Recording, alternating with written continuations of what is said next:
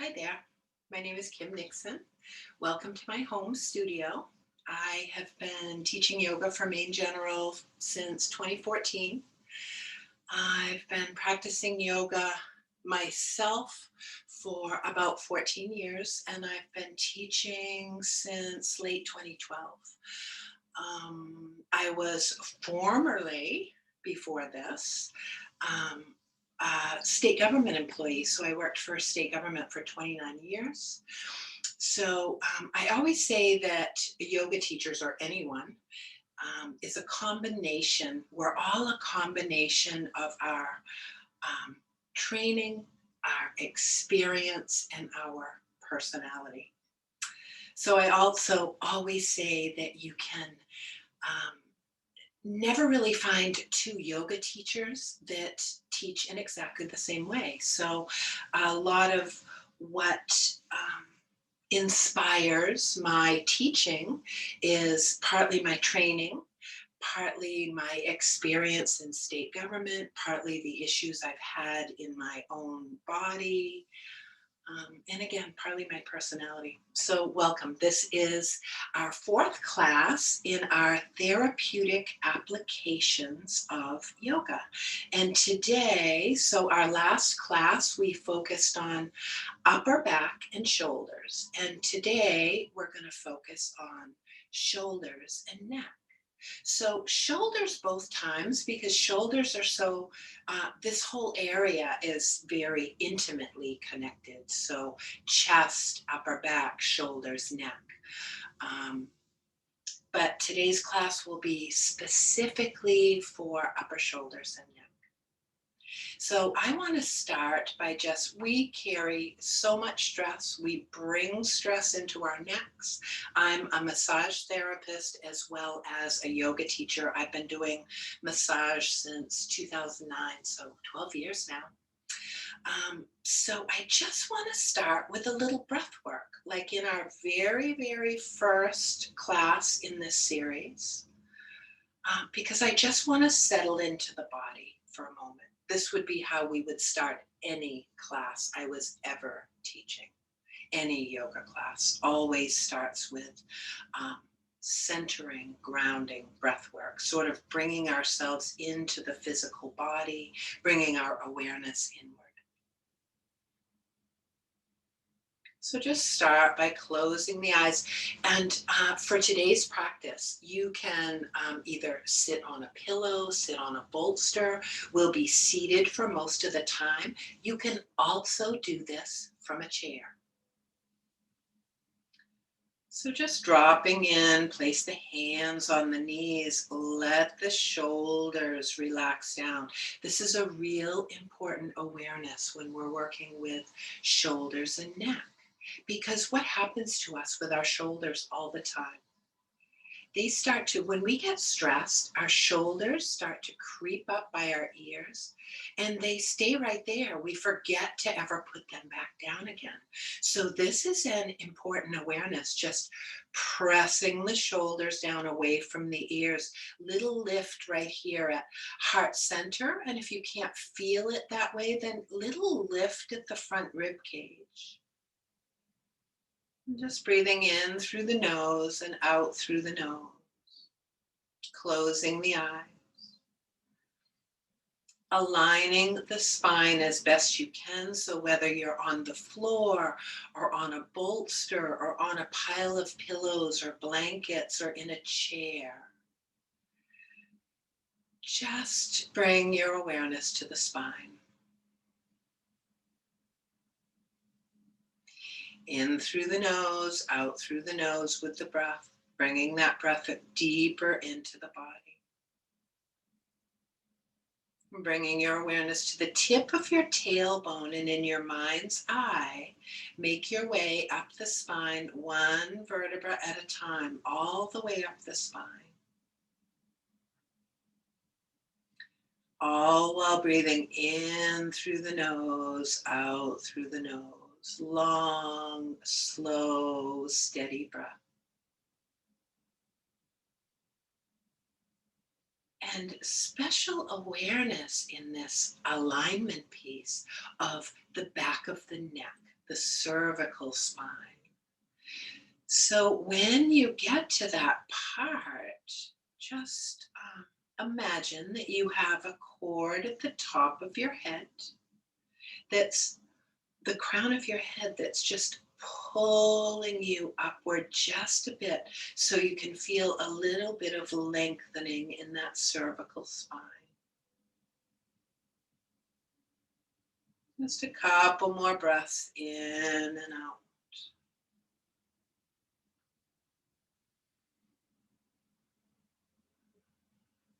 Slowly opening the eyes. So we're just going to start with a little self-massage today. So clasping the hands if you can, and if you can't clasp, that's fine as well. I want you, and if you have a shoulder issue, then just leave one arm out of the mix. Or if anything causes you pain, the most important thing about practicing yoga is listening to the body. So bringing the hands behind the head, and then I want you to start to open the body back up again. So don't even draw those elbows apart yet. Just see if you can lengthen through the spine and see if you can bring your head back into alignment with your body. And you are probably already feeling a bit of a stretch, maybe in the breastbone area, maybe a bit in the chest, and then open those elbows a bit. Just take a breath in and a breath out.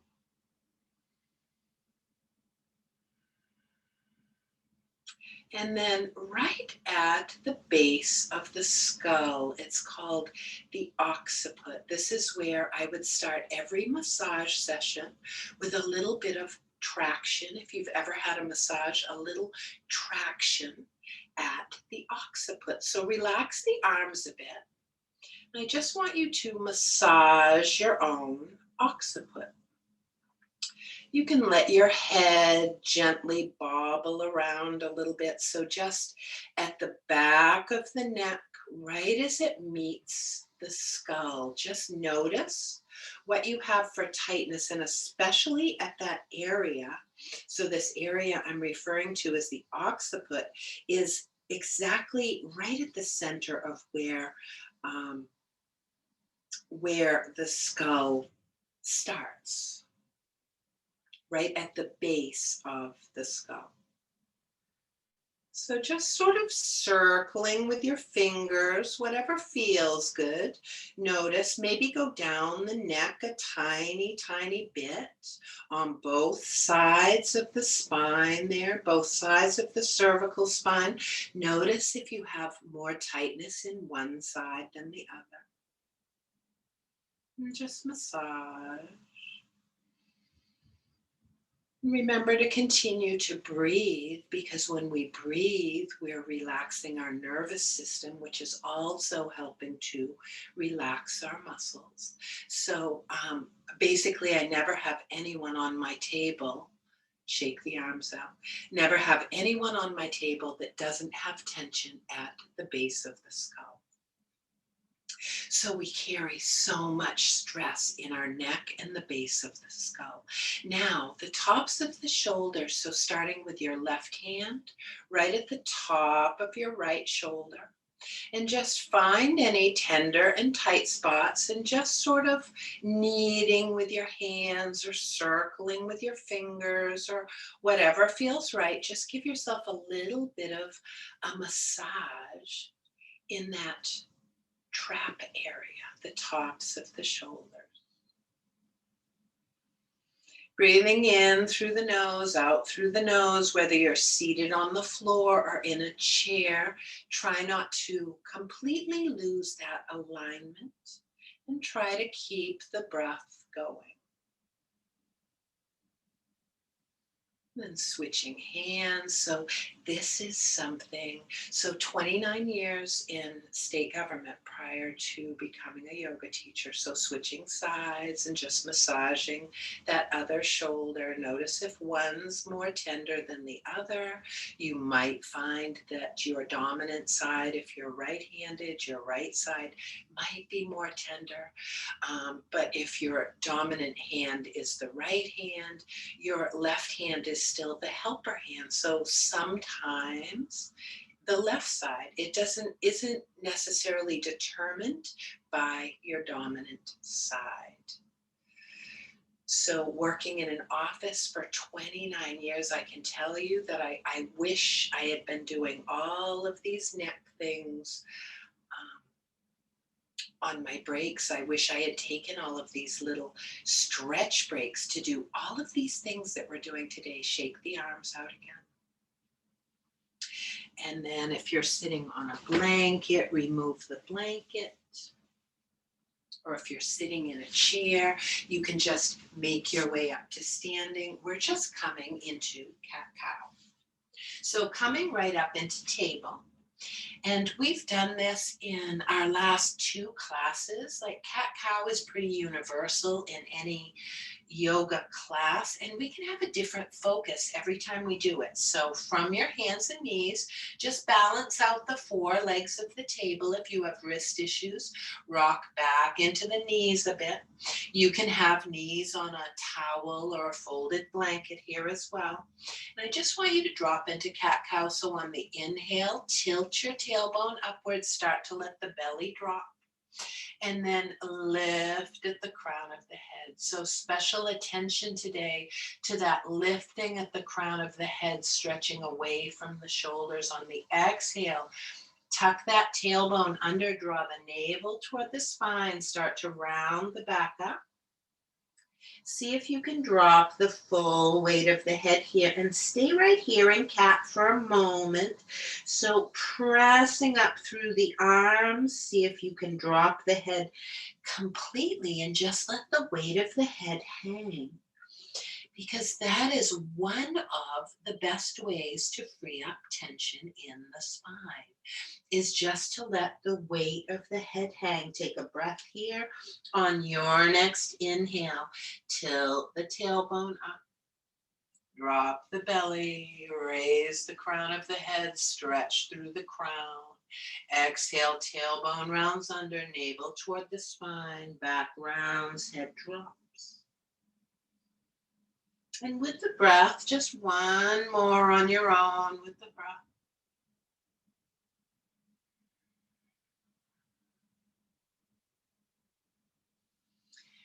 And then making your way back to table. So I know certainly not everyone who's going to see this video practices yoga. So everyone who sees this video can do all of the things in this video.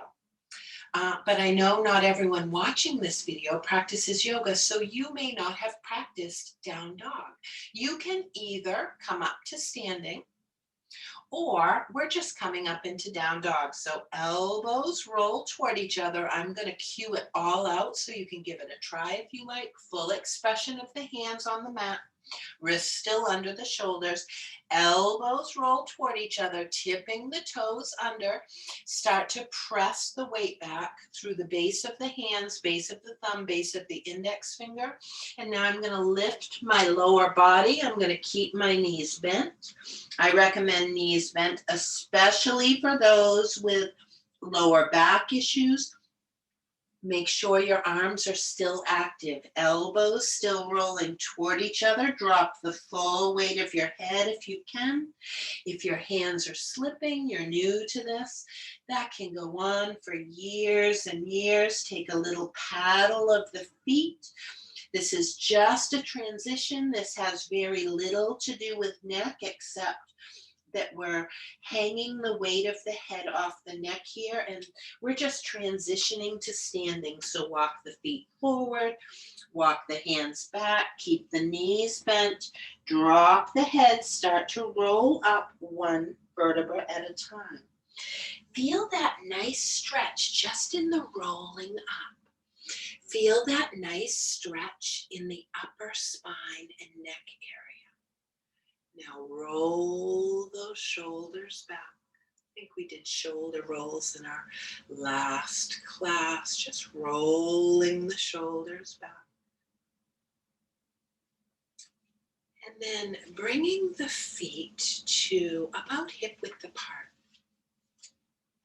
About hip width So especially us women, we think our hips are this wide. So I'm not talking this hip width. I'm talking the hip bones in the front. So about a fist, the wide way of the fist in between your feet, and roughly, but we just shouldn't be standing like this. So roughly, because we're looking to align the joints here, we're just going to come into what's called a dangle squat in yin yoga. So bending into your knees, just start to slide the hands down. You can also do this seated in a chair. Just come to the edge of the chair and you're just going to hang your head down in between your legs. So if you were in a chair, you'd want the legs a bit wider. So bending into the knees, I'm going to drop my hands right down to the mat and just let my head hang. That might not be right for you. Untreated high blood pressure, you would want to be up a bit higher. I'm going to show you a couple of modifications. So if your hands are way up here hanging, you might, if you have a block or something, you might bring a block in. The other thing that feels really, really good to me always in this posture is to grab my elbows. Now make sure your knees stay bent. If you're in this dangle squat, this is not a forward fold. So I'm going to show you from sideways as well. My knees are bent. This is what's protecting my lower back. I'm going to grab my elbows. Just take a couple of breaths here. Keep those knees bent. Again, if this is too much, if you feel any dizziness, any vertigo, you can bring the elbows to the knees or just above the knees. So resting the elbows on the quadriceps and just drop the head forward. One more breath in, one more breath out. And then wherever you are, slowly rolling up. Roll those shoulders back one more time. Breath in, breath out, shake things out in the body. And we're just going to make our way right back down to seated. So, seated in a chair, seated on a blanket, seated on a bolster, seated on a pile of pillows.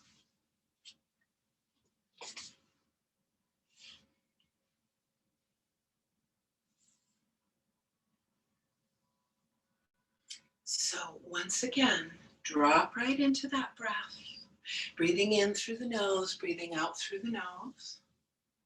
We're just going to bring some awareness to this shoulder area. So dangle squat, that posture that we just did, excellent for mild headaches, because often headaches, this doesn't include migraines, they're in a whole category all their own.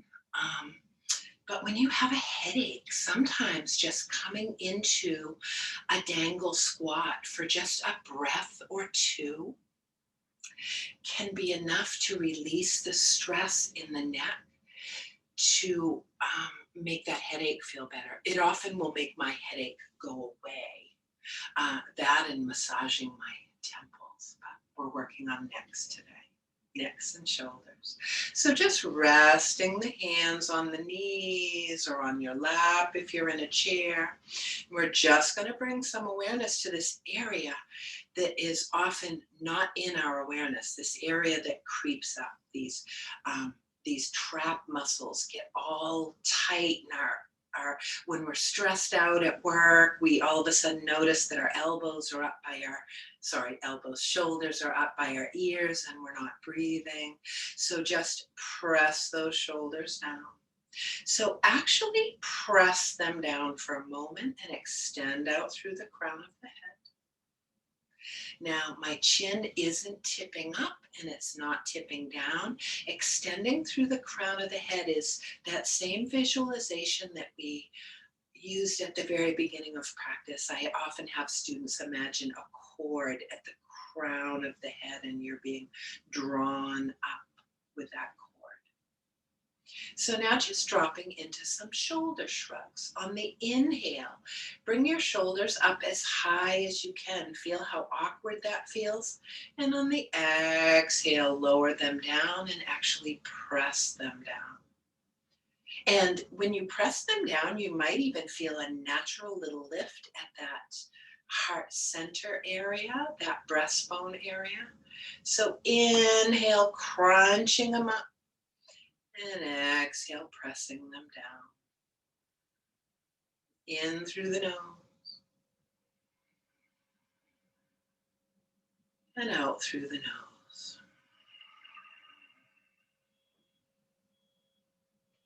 One more, in through the nose and out through the nose.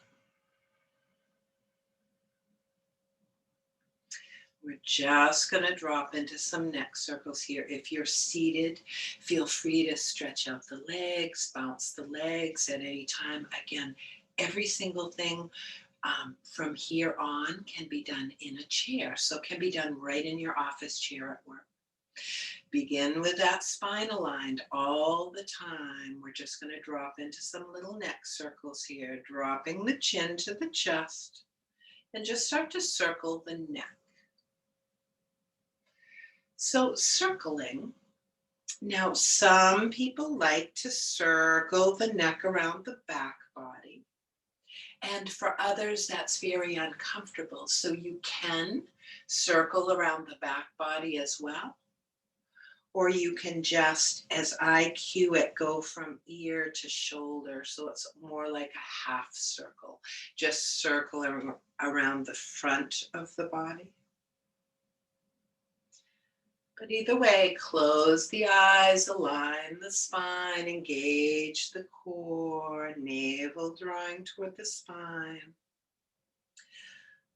I always say close the eyes. That's if you feel safe in the environment that you're in. If you feel safe closing the eyes, that is a standing invitation in all of my classes, and that's because, man, we take in so much stimuli, visual stimuli through our eyes. When we close our eyes, we take a lot of the distraction out of the practice. So truly we can focus on what we're feeling in our bodies, switching directions. We're not going to take very much time on any one of these because there are so many things that we can do to help to soothe our neck tension, our neck discomfort, our upper shoulder tension. So coming back to neutral. Once again, at any point you need to just stretch out the legs, give them a stretch, give them a bounce too, or move to a chair. So now on your next exhale, keeping the spine right where it is, focused on just the head, turn the head to the right to the extent of your range of motion. Inhale, center. Exhale, left. Again, you'll see my eyes open, but feel free. I invite you to close your eyes so you feel everything that's going on here.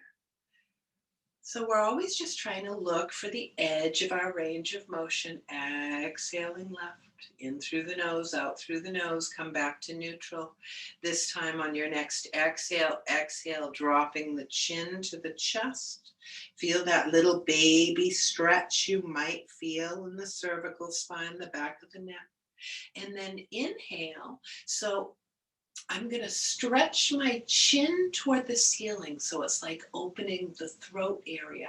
What I'm not doing is tipping my head way back. It's literally like I'm trying to stretch my chin upward without dropping my neck back too much. On your next exhale, exhale, chin to the chest.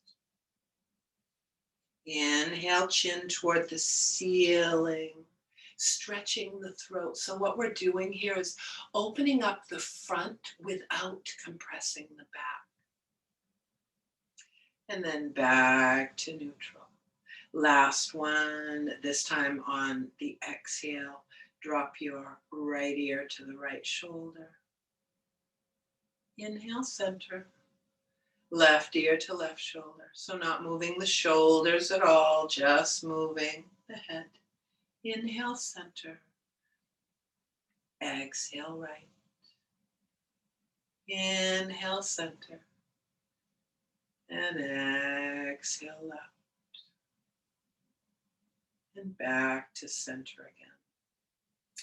So let's all give those legs a little break. So especially if you're seated on the floor, we've been in that Sukhasana easy pose for a few minutes now.